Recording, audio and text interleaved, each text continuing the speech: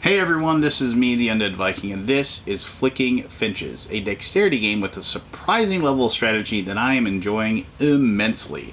I am a big fan of dexterity games. For those of you who watched my channel over the last decade or so, you know that I've reviewed several of these. I would sometimes involve my children in showing off how the game is played.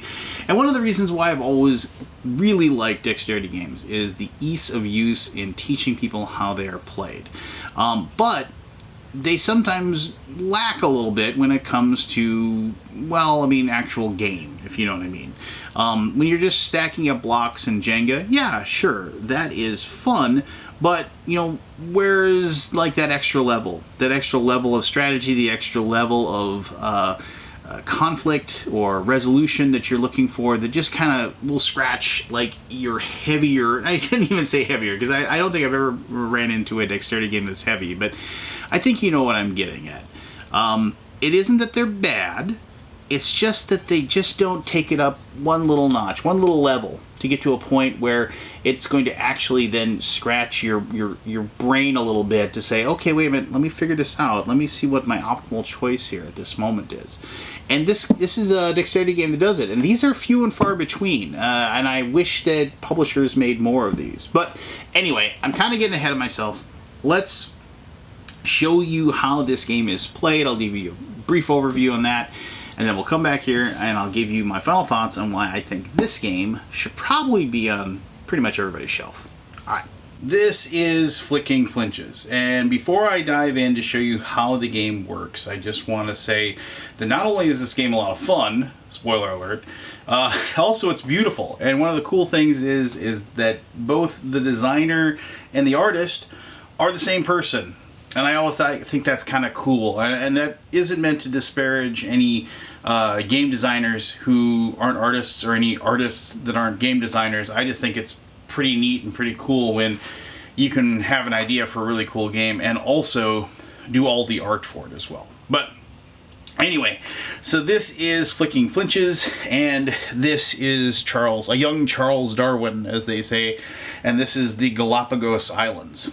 And yeah, you're probably familiar with Charles Darwin, but the idea here is that Mr. Darwin is here and he is going to be sketching pictures of finches in his naturalist books, and the finches, which are the players, want to make sure that they are the finches that he's drawing, so they're immortalized in his works. I've already done the setup of this game because I didn't want you to see all the process of placing a finch and flicking it to get the pieces on the board. But I am going to show you just kind of how a turn will work after the setup is done. But just so you know, to begin the game, Darwin, represented by this pawn, is not on the board. The second player, the person who's going to take the action second, will place one finch on the board and flick it. And then the next player, the third player, and this is for a 4-player game, obviously, but the third player will place 2 finches on the board and flick it. And when you do place them on the board, you have to place them on one of these 3 nests, and then you place it on the board, and then you can flick it. And you can flick it like this, you can flick it like this, whatever. Just one movement. If you're familiar with dexterity games, you know what I'm talking about. And then the last player gets to flick 2, just like the third player did, but they also get to take Darwin and they get to place it in one of these locations. And if there's ever a location that's covered by a bird and they have to move it, you just move the bird out of the way and place it on there. But in this case, we're going to go ahead and place it right there on number 6. Now you might be saying, well, why are we going to place it on number 6? Well, so number 6 here is like, and then when Darwin moves, he'll move to number 7, which is here, and then 8, and then from 8 he moves to 1. So it kind of goes in a clockwise fashion here. But we're going to place it there in 6 because the first player here is going to have the first possible action of getting a finch next to Darwin and be able to score some points. And the way you score points is you have to match what Darwin is looking for. And that is represented by these cards up here. As these cards are scored, once you get all 5 scored, you'll remove those, and then you'll draw 5 new ones, and then you'll score those, and you'll do that a third time. And once you've scored 3 sets of 5, the game will be over. But, so, if you'll notice on this card here, like this particular picture, Darwin is looking for a small bird, represented by like a small disc instead of a large disc, a small bird with stripes and a little beak. And obviously, if Darwin, and to get close to Darwin, what you have to do is you have to get within these concentric circles that are around it. So, the last player placed Darwin there because this is number 6, and this nesting spot is 5, 6, or 7. And so when we hatch a finch at this time, and I can pick the exact right kind of bird that he's looking for as this player and place it there, but you'll notice that's going to be a really, really tough shot for me to be able to get my finch close to it. So as I said in the introduction, this is a dexterity game, but it has layers of strategy to it, which really sets it apart from other games of its genre. All right, so on your turn, you get 3 actions. Before your turn begins, if you have a finch on the board, you're allowed to evolve them 1 step. And by that I mean you're allowed to change 1 aspect of that finch. So, for example, if I was the blue player and I have this large finch with stripes and a small bill, I could remove that one and change 1 thing. So maybe we're just going to change the size of that, and you'll place it approximately where it was. Notice I still have, and you might not be able to see it, but it still has a small bill, it still has stripes, but I've replaced it with the smaller bird. And that's what you mean by evolving one of your birds. And you get that for free. You get that for free at the beginning of your turn. It's also an action that you can take during your turn, but you do get 1 of those for free. So the actions are hatch, fly, evolve, and chirp. And so if I'm going to hatch, the first thing you do is you place it on the board, and then you're going to get to flick it. Now, I'm really bad at dexterity games, much to my family's delight, but I'm going to try. So my goal here is to get this bird over into this location, but I still need an action left, because the only way you can score is if you use a chirp action. So I'm going to go ahead, I'm going to flick this guy. I've hatched it in 1 free flick.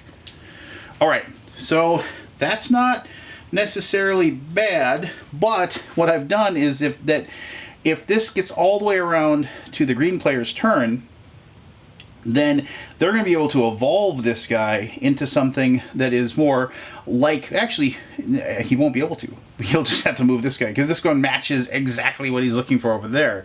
The green player, I was pretty smart when I was setting up this game. The green player set up a perfect blocking mechanism, and also the ability, if that lasts till their turn, they're going to be able to move it into that spot. Now, here's something that, once again, you can evolve some of the strategies as well. Now, if, when you do a flick action, you knock Darwin over, he gets upset, he packs up his stuff, and he moves to the next possible location, which would be number 7 over here. So, maybe that will come into play where it's like, oh, I want to knock this one into Darwin, knock him down, and move him over into that spot. So let's see if I can pull this off. Let's see if I can knock this. I won't, but let's see if I can do a chain reaction. I can knock Darwin over and see what happens here. Okay. Then this is I should mention, this is a fly action. A fly action is just flicking your bird and trying to get it to a spot on the board. So let's see what happens here. Yay! Wow! It actually worked. Okay, cool. So we've knocked Darwin over, and we're going to move him over to 7, like so. And now my goal here, even though I only have 1 action left, now I could hatch another bird if I wanted to. Since it is now location 7, it would still hatch from there. But what I want to do is I want to get this bird as close to Darwin as possible without knocking him over.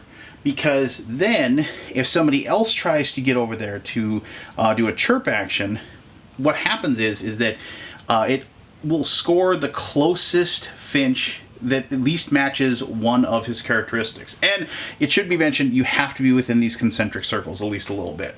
So let's see if I can pull this off without knocking him over. I'm going to knock him over. I just know it. Oh, I did it. Okay. So that's, I mean, I could have done better. I could have done better. I'm playing way better than I do when I'm with my family. But anyway, so there we go. Perfect. All right. So let's see now when the blue player starts. Now remember, they get to do that evolve action. So they're going to take this particular bird and they're going to evolve it. And we already talked about, we're going to evolve it and turn it into the perfect match, much like this bird is the perfect match as well. My goal here as the blue player, and that was my free evolve, I'm going to try to flick close to Darwin here and get closer than the yellow one. Maybe even not, maybe I could knock the yellow one away. Here, let's try that. Oh, perfect. And I should mention, just, I feel like I should be yelling for my family to come down here and watch this because I'm never this good. All right, so let's say, for example, this particular bird fell off. Even a little portion of the bird fell off the board like this. When that happens, you return the bird to the player, and then they get an egg. They get an egg. And then on their next turn, they can take a free hatch action with that egg. So, all right, so now that's my one turn. What I'm going to do is I'm going to say chirp, because I'm the only person there as the blue player. I'm only one in the concentric circle. I'm closest, and I match all three characteristics that he's looking for. Now we're going to take that Finch, we're going to put him over there, and that piece is now gone from the game. I can't use that piece again, but if you match one characteristic that Darwin's looking for, you get 1 point. If you match two characteristics, you get 3 points. And if you match all three, you get 5 points. So I scored 5 points, and that's awesome. So I'm going to go ahead and I'm going to move Darwin to the next spot because he's completed a drawing, so he packs up his stuff and he moves on. And so I evolve for free, and I flicked, and I knocked that, so I have 2 more actions left as blue. And so now he's in spot 8, so if I do a hatch, it hatches over here. And what do I have? I have a big bird with a big beak and no stripes. So let's go ahead and take that bird, that Finch, I should say, like this, and I've got to somehow get it over there. So I'm hatching, and now when you hatch, you get 1 free flick. So I'm going to see if I can knock maybe. That didn't work really well. However, all is not lost. I can still take 1 more fly action, and I'm going to see if I can get him over there. I cannot believe how well I'm doing right now. That is insane. All right, you get the point, right? I mean, so you're going to take your 3 actions, and you're going to be bouncing your Finches around the board, trying to get them close to Darwin, trying to score points. And then, as I said, you're going to score all 5 of these cards and then remove them from play. Remember, don't return the Finches that you scored to the players. And then you're going to put 5 more cards out, play those out, and then score those points, and then play 5 more out and score those points. And whoever has the most wins the game. I mean, there's a lot of stuff that goes on in a single turn, right? You're going to be moving certain Finches to try to block certain areas. You're going to be moving, there's even like things you can do to kind of, I shouldn't say like screw your neighbor kind of things, but definitely you can make people score like less like let's say like green was up next. Let's just remove this, even though that was a fantastic shot and I'm really happy about it. Let's say green, let's go ahead and give green, we need a big bill and small but stripes, right? And so it's like that, and it is red flare, and they're like, well, I have 1 action left, and green has that right there. What are they going to do? They're going to, right now they have a big bill and stripes and small, so they're only matching 1 point. But obviously what they're going to do is they're going to take their free evolve at the beginning of the turn. They're going to take that, they're going to evolve it into this guy, so he's big. That's 1 action, or that's a free evolve, and then they're going to take an action to evolve to match that perfectly, and they're going to score a bunch of points. Well, I don't want to do that. So as the red player, you could, if you wanted to, try to take a shot and try to knock Darwin down, maybe knock his out of the way, or you could just say, you know what, chirp action. There you go. You can score your 1 point for doing that. I'm not going to give you a massive number of points for doing so. And plus, you've removed this piece from the board, and later on, from this deck, there's very likely going to be a bird that's going to show up that's going to match exactly what that piece is, and they're not going to have it available to them to score 5 points. And so that is a huge part of the strategy in this game.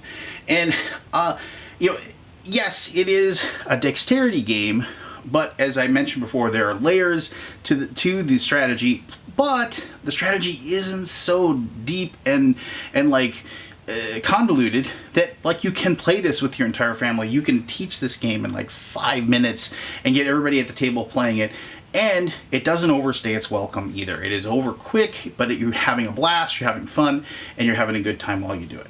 But let me talk about all of that and more in my final thoughts. All right, so there you go. That is Flicking Finches. So I've already pretty much said why I really enjoy the game. But it is so rare to find a game like this. Most dexterity games, as I said, are games that are stack these blocks, or they are a game of a flicking game like this, but you're playing like Crokinole, which is still a fabulous game. Crokinole is a lot of fun, but there's no game to it, I guess. And you have a situation there where it's just coming down to whoever is the best at flipping that disc around the table. Now, that being said, obviously flicking the disc around the table is important with Flicking Finches as well, but there's also another level to it. As I said, the way that you can force scoring on people, the fact that there is an economy of how many of your finches you have. You can only score so many points, obviously, and so you want to get as many points out of those as you possibly can. So if you score them suboptimally, you're leaving points on the table. So you have to think about that as well. Your placement of the finches for both blocking and for scoring are very, very important. You have to think about the next person's turn, what they're going to do, what finches they have left that they might put on the board or evolve to. You have to think about what they're going to attempt to do. Are they going to knock my particular finch off the board, so then I might get an egg, but you only get one egg. So if you get another finch knocked off, well, that's you're done. You got to wait, and so you've lost other pieces. So there's lots of other things that go on in the game, and I didn't mention these, and I know you probably saw them. You're probably wondering what these are. These clouds. Once you've played the game a couple times, you can place these on the game prior to you start, and then these clouds, obviously, they're thick, they're made out of wood. They will block areas as well, and they can be knocked around by the different discs. And if these get knocked off the table, they just go away. The wind has pushed them off of the Galapagos Islands. They don't replace them. But this adds another level to the difficulty. One of the things that I discovered as I was playing was that since the larger discs obviously have momentum, have more mass to them, you can use them to push other people around. And so I was reticent to use my larger discs to score, because I wanted to keep them as long as I possibly could, and then evolve them to a smaller finch, and then score that smaller finch and remove that, because I liked having a big finch to kick people around the board and be able to knock people off or knock people out of the way, that sort of thing. And there's something really to be said for knocking Darwin over, just not even attempting to do it, knocking Darwin over and moving him to another spot, when you know that is going to make it the person who had the next perfect shot set up. They're like, I'm going to score these points, and all of a sudden, sorry, Darwin packed up his stuff, moved to the next island. Now you can't do that. And there's a lot of stuff to consider on each and every one of your turns, and there's more to it, as I said, than just pushing a little disc around the board. I wish there were more dexterity games like this that make me think while I'm having a blast just punting little pieces of wood around a neoprene board. And I should mention, how cool is it? And this is a complete aside. The game's awesome. If you like dexterity games and you like cool art, you should own this game. Absolutely. You can teach this game to, my son's 9, but I'm pretty sure he can handle the game at a younger age. I was able to get him to understand how the game worked within 5 minutes. I've taught this to numerous people, and they've all grokked it very, very quickly. You're up and running almost immediately, and you're playing. And in an age where so many games are like, listen to me teach you how to play this game for 20 minutes before we actually take a single turn, something like this to cleanse your palate before you dive into the next larger game is so welcome and so awesome. But also, like I said, has some grit, has some meat on the bone that makes it fun to play. But anyway, so yeah, if you're looking for a cool dexterity game with some cool art that's probably unlike anything else you have on your shelf, check this out. I think you're really going to enjoy Flicking Finches. But I'm just going to say this.